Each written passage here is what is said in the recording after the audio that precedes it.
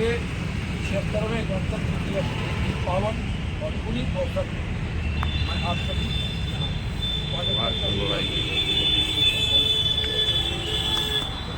कार्यक्रम में विविधताओं के देश भारत में भी अगर एक दो त्यौहार अगर माना जाए जो सर्वोपरि है तो किसी भी धर्म से ऊपर स्वतंत्रता दिवस और गणतंत्र दिवस।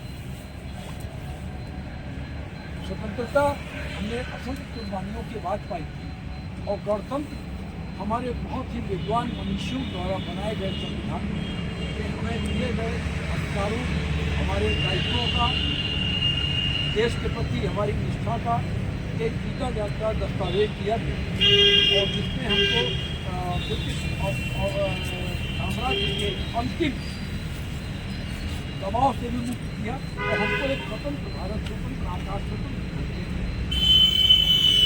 धरती हमारी माँ है और हम इसी धरती के संतान।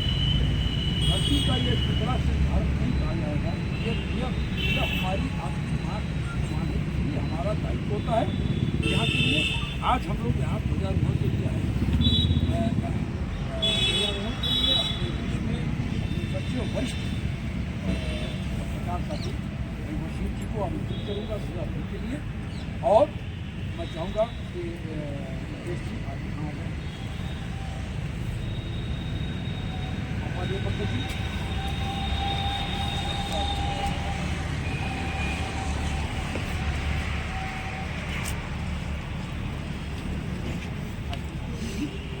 उधर बोलते हैं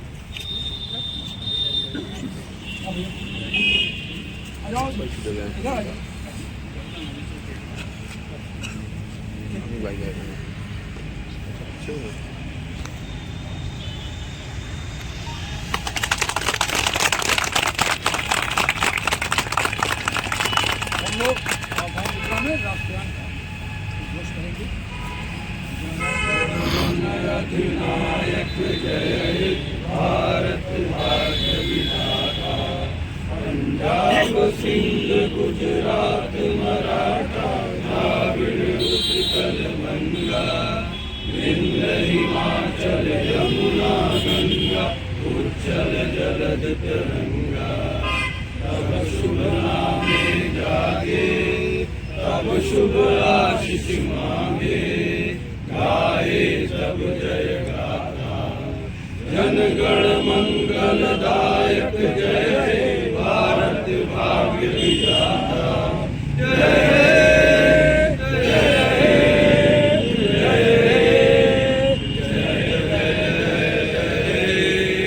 भारत माता के भारत माता के भारत माता के।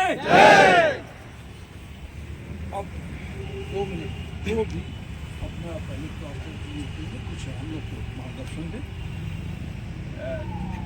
सभी साथियों को 76वें गणतंत्र दिवस की मुबारकबाद कबूल और इस संविधान को बनाए रखना हमारी सारी जिम्मेदारी है और संविधान तभी बन सकता है जब सारे लोग मिलकर इसको आत्मसात करें। जबकि अगर संविधान हम लागू करना चाहते हैं और कोई मानना न चाहे या समझ ना पाए तो हम उसको कायदे से समझा दें। संविधान को हम ईश्वर करें कि हम लोग संविधान के भारत में चलें और सबको एक समान समझें और एक दूसरे का हक जताने की कृपा करें और सबको मौका दें कि सब लोग स्वतंत्र रह सकें और स्वतंत्रता में हम अपने अधिकारों के साथ कर्तव्यों का निर्वहन कर सकें। इसी के साथ मैं अपनी बात समाप्त करता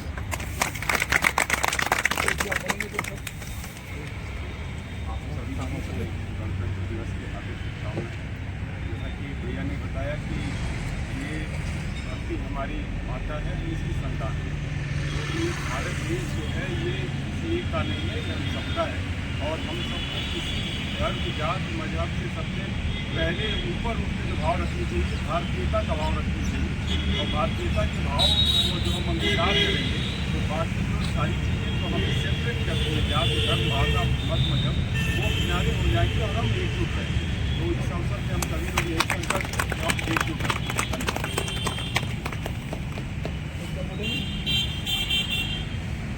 आपको किसी को कुछ कहना हो जाएगी, किसी कुछ कहना हो, आइए यहाँ दो शब्द अपना कहें। अभी देखिए जो बात हुई कि हम सारे लोग एक होकर रहे, तो देखिए संविधान में हमको अधिकार दिए गए, साथ में हमारा दायित्व भी बताया गया है। हम अधिकारों को ध्यान देते हैं, दायित्वों का ध्यान नहीं देते। जिस दिन हमने दायित्वों का ध्यान देना सीख लिया, भारत को विश्व के सर्वोच्च, शक्तिशाली, समृद्ध और सुदृढ़ राष्ट्र बनने से कोई रोक नहीं सकता। हमने कभी एक पिक्चर देखी जिसमें खून का रंग दिखाया गया कि देखिए जाति से, धर्म से खून के रंग में परिवर्तन नहीं होता है। आज हम बीमार पड़ते हैं, हमको ब्लड मिलता है, हमको किसका वो ब्लड है ये नहीं मालूम है। हमको ब्लड मिलता है जो हमें जीवन देता है, और वो देने वाला हमारे भारत का ही कोई है। तो इस तरह हमारे सारे भारतवासियों में खून का रिश्ता होता है। खून करने का नहीं, खून लेने और खून देने का। तो इसको ध्यान रखें। और भारत जो समृद्धता की ओर आगे बढ़ रहा है, सुदृढ़ता की ओर, आत्मनिर्भरता की ओर आगे बढ़ रहा है, अब सारे लोग अगर एक एक कदम भी चलें, और सबसे बड़ा काम होता है कि अगर हम अपने समाज को शिक्षित करें, हमारे अगल बगल अगर कभी भी ऐसा कोई बच्चा मिले जो पढ़ना चाहता हो तो उसको पढ़ाइए। उसके लिए अगर आप किसी से मदद भी मांगना हो तो मांगिए। कहीं ऐसी आवश्यकता पड़े, अपने संस्थान में आइए, बताइए कि कोई बच्चा पढ़ना चाहता है, संस्थान भी उसके लिए खड़ा होगा। तो शिक्षित देश ही समृद्ध बनता है, शिक्षित देश ही सुदृढ़ बनता है। मैं इन्हीं बातों के साथ ये बात को ध्यान देता हूँ। एक बार फिर भेजी, देखिए आप लोग नारा लगाए, थोड़ा बादल छटा, एक बार और भेजी नारा लगाइए, थोड़ा सा जी बदौर निकले। भारत माता के जय, भारत माता के जय, भारत माता के जय। आज गणतंत्र दिवस के अवसर पर क्या संदेश देना चाहिए? देखिए, भारत का 76वां गणतंत्र दिवस है। आज ही के दिन 1950 में भारत का अपना संविधान लागू हुआ था, और उसी के साथ हमने ब्रिटिश कानून के अंतिम पन्ने को भी पलटकर बंद कर दिया था। इस संविधान के जरिए हमको हमारे दैनिक जीवन से लेकर देश के प्रति और अंतर्राष्ट्रीय स्तर पर जो भी बातें हैं, उन सब के लिए दिशा निर्देश लिखा है। इसमें हमारे अधिकारों का भी वर्णन है और इसमें हमारे दायित्वों का भी वर्णन है। लेकिन कभी कभी देखा जाता है, दुर्भाग्य से हम अपने अधिकारों की बात तो करते हैं, लेकिन जहां हमारे दायित्व की बात होती है, हम थोड़ा अनदेखा कर देते हैं। अगर सारे लोग अपने दायित्वों के प्रति एक कदम नियमित संकल्पित चलें, तो इस भारत को फिर से एक विश्व गुरु बनाने से और सर्वशक्तिमान और सुदृढ़ बनाने से कोई रोक नहीं सकता। आज भारत बहुत तेजी से विकासशील है।